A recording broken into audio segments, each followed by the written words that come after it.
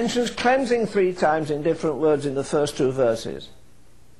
He mentions sacrifice 3 times. He mentions brokenness 3 times. He mentions offerings 3 times. He prays 3 prayers. He prays the prayer of a sinner. Have mercy upon me, O God. You know, there was an amazing period in history, in the 1700s. In fact, I gave Melody a little article I'd written a while ago on that period, which maybe will be in the newsletter. I don't know if it classifies. It's classified for that, but anyhow. It's an amazing period. Some of the greatest preachers, they lived in the 1600s. All the towering giants like John Owen. And all that bunch of Puritan preachers that have never been equal. By the way, the 2nd edition of Refiner's Fire is in the press now, so if you don't want one, we've already more than 10,000 orders for it. You better get it. It's got some tremendous stuff in it. Preaching with a punch, preaching with authority.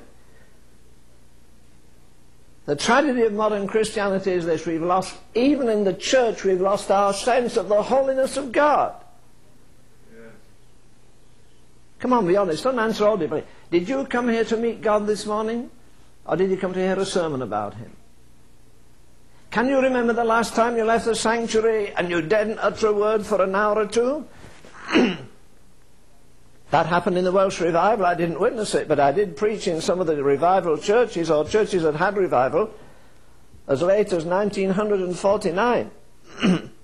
There were some old ladies there that came to our meetings and said, these are the most impressive meetings since 1904. I said, well, how do you gauge that? Because the last 4 nights we walked up to the crossroads, and then they turn, and instead of saying good night, they say Nostar, Nostar.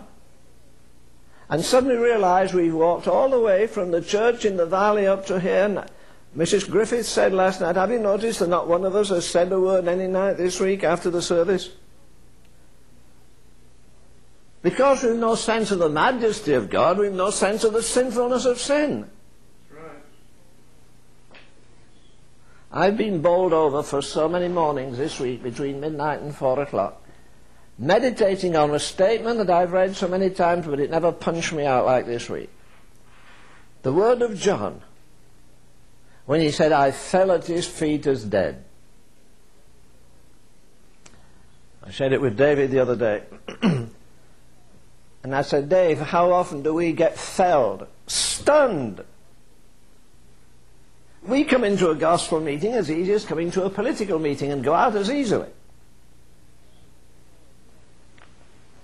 Well, I guess you know, was it just over a year ago, when David was preaching there at the Agape Force conference in Dallas, he suddenly faded out and fell to the ground, and he said, well, Len, twice I've had that experience of falling at his feet as dead, and all the glory of heaven has been revealed to me. When revival comes, that is something which is regular.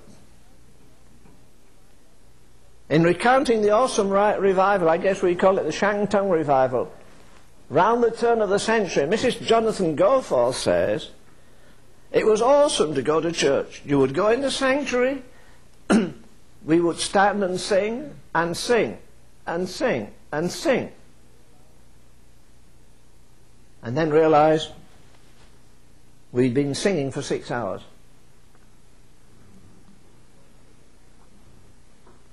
We would go another day.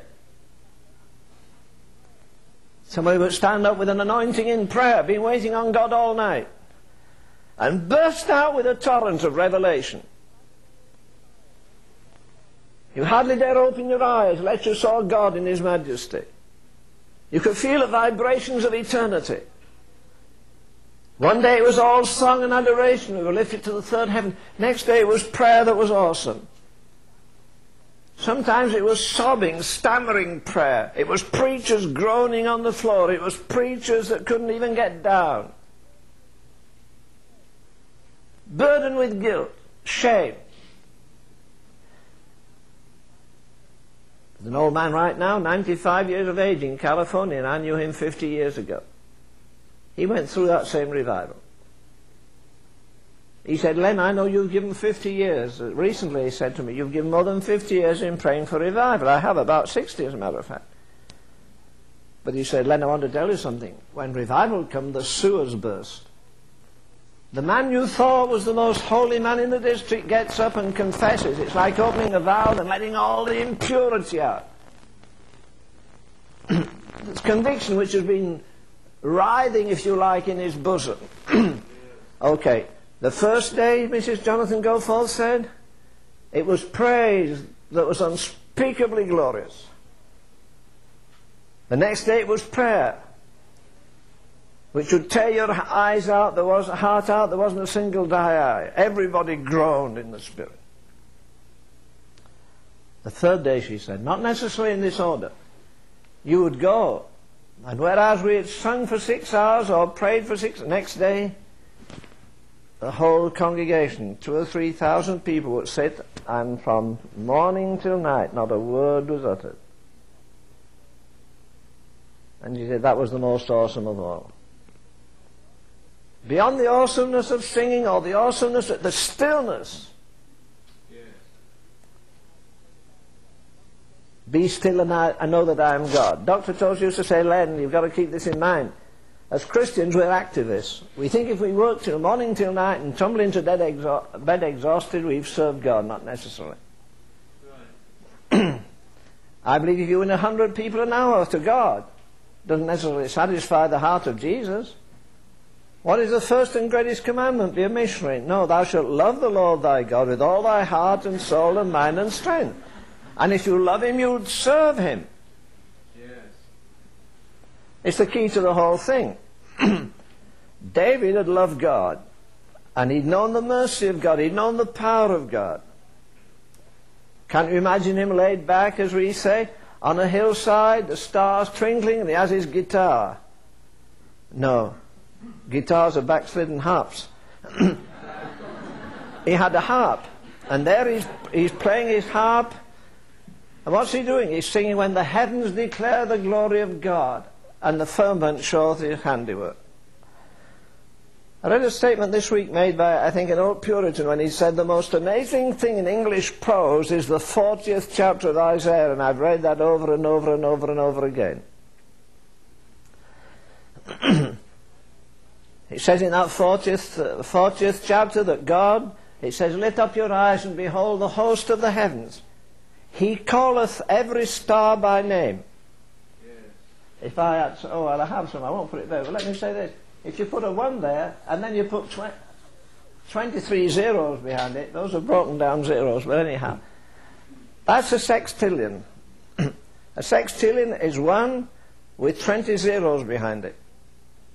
And the scientists say there are 40 sextillions of stars.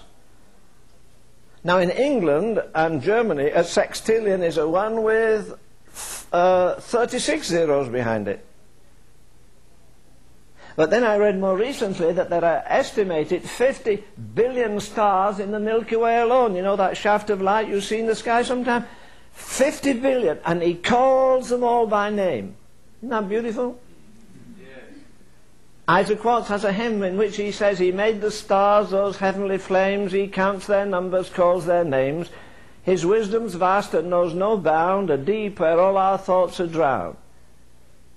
What is a creature's skill or force? The sprightly man, the warlike horse, the piercing wit, the active limb, all are too mean delights for him. But saints are lovely in his sight. I don't think God gets fellowships with stars, or the beautiful countryside, or the Rocky Mountains. He fellowships with individuals. Now David has had a marvelous relationship with God. Okay, let's see him there with his harp again, singing that marvelous 23rd Psalm as only he could sing it. It must have been wonderful. I wish there was a recording of it.